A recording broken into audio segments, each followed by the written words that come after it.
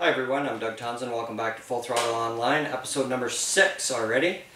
I guess we'll kick things off, and we want to do a little bit of explaining this week. Here, as always, joined with Gord, Bennett, owner-operator, Full Throttle Motor Speedway. We want to get into seasons passes. I know you've been selling a few of them, quite a few of them, yeah. But we want to explain because you're doing things maybe a lot different than some of the other tracks with seasons passes. Okay, well, to start it off, our season passes consist of the full, we have two different packages. We have our Friday night package, which is actually 21 races, and there's 27 including our Saturday specials. This is for racing only, not including our rodeo and our tractor pull and any other special events that we have outside of racing. But what it is, it's actually like if you go to a hockey game and it's a ticket and it's got the date on it and the whole 9 yards, and you get a package of 21 or you get a package of 27. Okay. And if you can't make it that week, you can actually give it to someone else. It's just a ticket. You're buying a package of tickets to the event. So you're buying in bulk is basically what you're doing. Yes. Yeah. And your name's not attached to it, so that it's not registered to Doug Townsend or Gord Bennett or whoever when you come to the back gate or to the front gate. No. You're going to get a book of tickets, and if you can only make 10 nights out of 21 and you want to give the other 11 nights away. You could be a company, or you could say be a racer and say to your sponsor, or buy them and give them to different sponsors every week. Great idea. It's a book of tickets. It's not named to the person, and it's the same stuff with the pits. So there is a driver registration, like I said before. Yep. That's to register your number, so you're eligible for points and points funds. Yep. But anyways, it's not directed. The passes are to buy a ticket that you get. It's a two-part stub, like you would see at if you went to a Leaf game or anything like that. So it'll have the date of the event, and you can use it or give it to someone else. All right.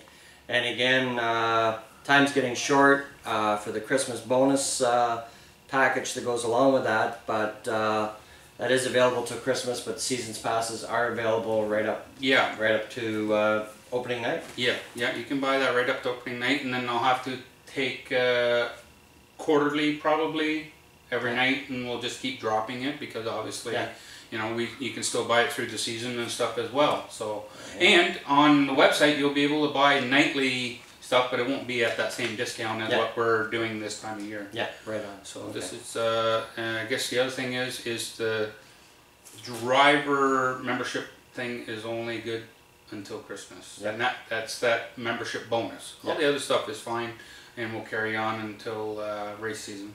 All right. So we hope that explains some of the season passes there a little better than we have maybe. Some of the classes some of the events classes we haven't touched on in our previous episodes so far. Trains and the Daredevil Stunt Show. So Trains, as always, a fan favorite here on the High Banks. Been a great class for a number of years. But we're going every other week, but there's going to be more of them. Yes. It gives the guys opportunity in the train class to, because there's 3 cars, and the cars are chained together. If people aren't aware, it's 3 cars that are chained together. There's 3 drivers in them.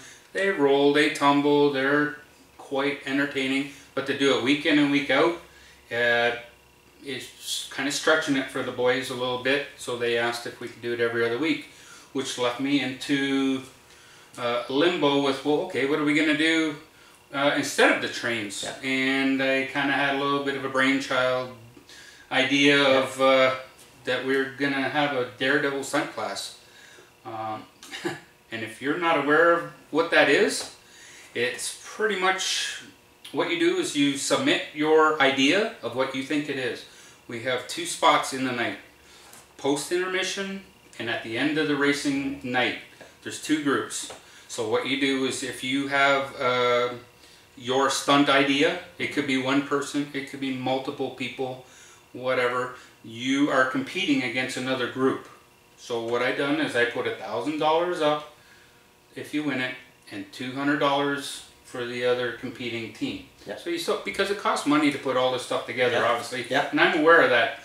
But what it is this is, if you think you can drive around on two wheels, if you think a demolition derby is more entertaining than a crash up boat race or people going the wrong way, or a drifter group, or a bunch of kids with BMX bikes, or somebody wants to jump something, have a look around on YouTube. So we're going to be doing that every other Friday night here with two groups and competing for some decent money. And you know what, if the excitement on the Friday night, when you come as a fan, you're going to see some great racing, and then you're not going to know what you're going to see. This is kept a secret until race night. Race night. So the idea, if anybody's interested in getting involved in this out there, is get your idea together, talk to your buddies, whatever, you know, come up with an idea, put it down on paper, get a hold of Gord.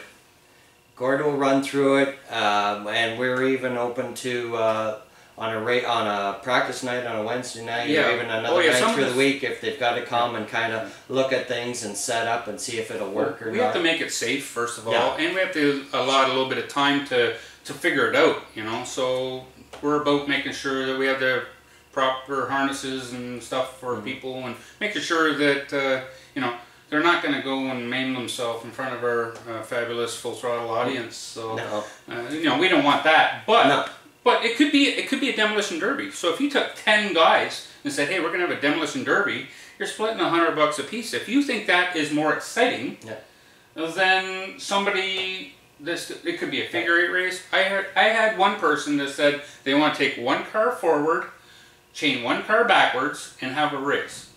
And I thought, well, I think that's kind of a cool idea, but I can't create all the ideas. But trains evolved from somebody chaining 3 cars together. That's exactly what happened. So we're branding Full Throttle Motor Speedway as a Daredevil class.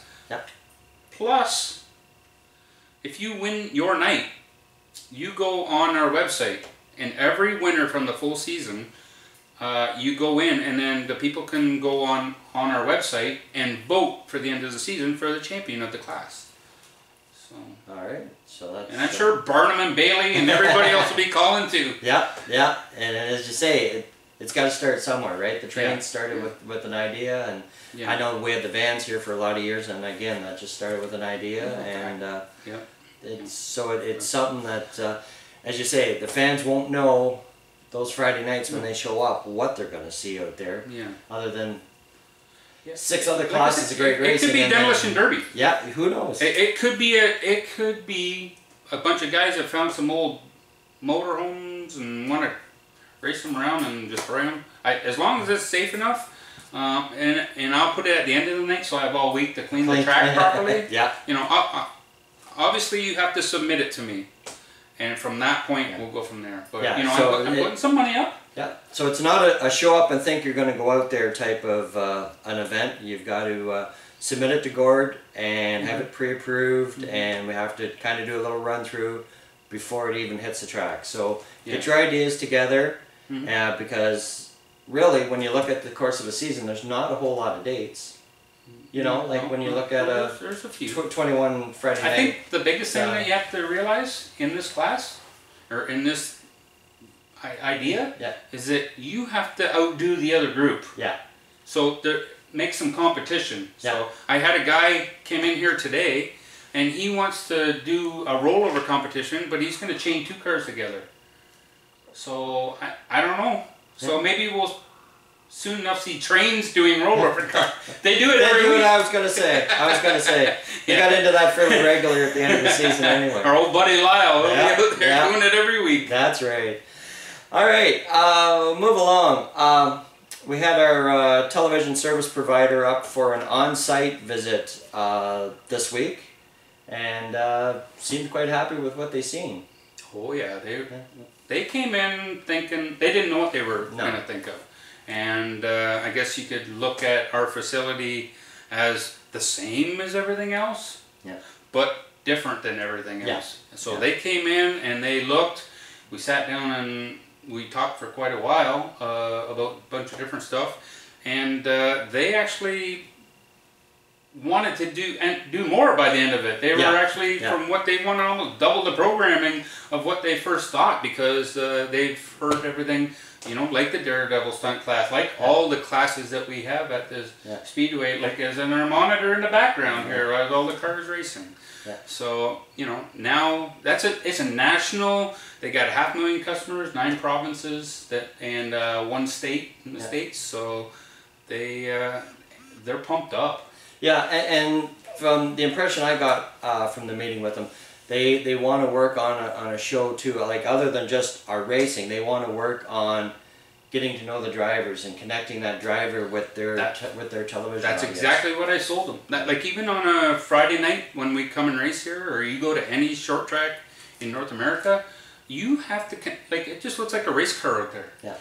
You don't know if it's a little guy or a little girl or an old guy or anything in between. We need to connect to that, the audience, the people that are driving these cars. It's not just cars going around. There's actually people in those things, and they all have a little bit different of like a background, history, and all the other stuff that goes with it. They're all characters in their own way, and we see it every week, but we want everybody else to see it too. Yeah, exactly. And that kind of leads us into our next thing. Because we've got them coming on board, we need people to do a race call for the television portion of it. And I know if you're sitting out there and you're thinking, you know, I'd like to do it, but, you know, I'm just not 100% sure.